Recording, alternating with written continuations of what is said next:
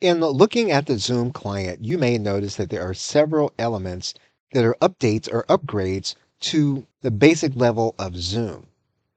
For example, one thing available to individuals is now a mail section. You can actually have your own Zoom mail account. You can set up notes inside of your Zoom meeting.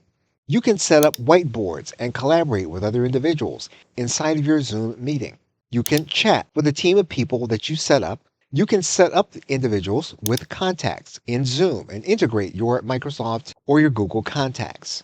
And you can also integrate your calendar with any calendar that you are using in the online or technical part of your business.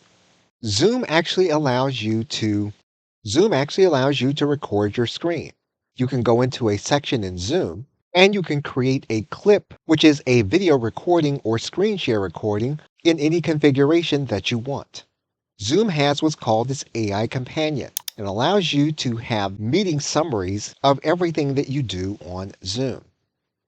And inside of the video recording area, Zoom has put together AI-based highlights of the video that you create inside of Zoom.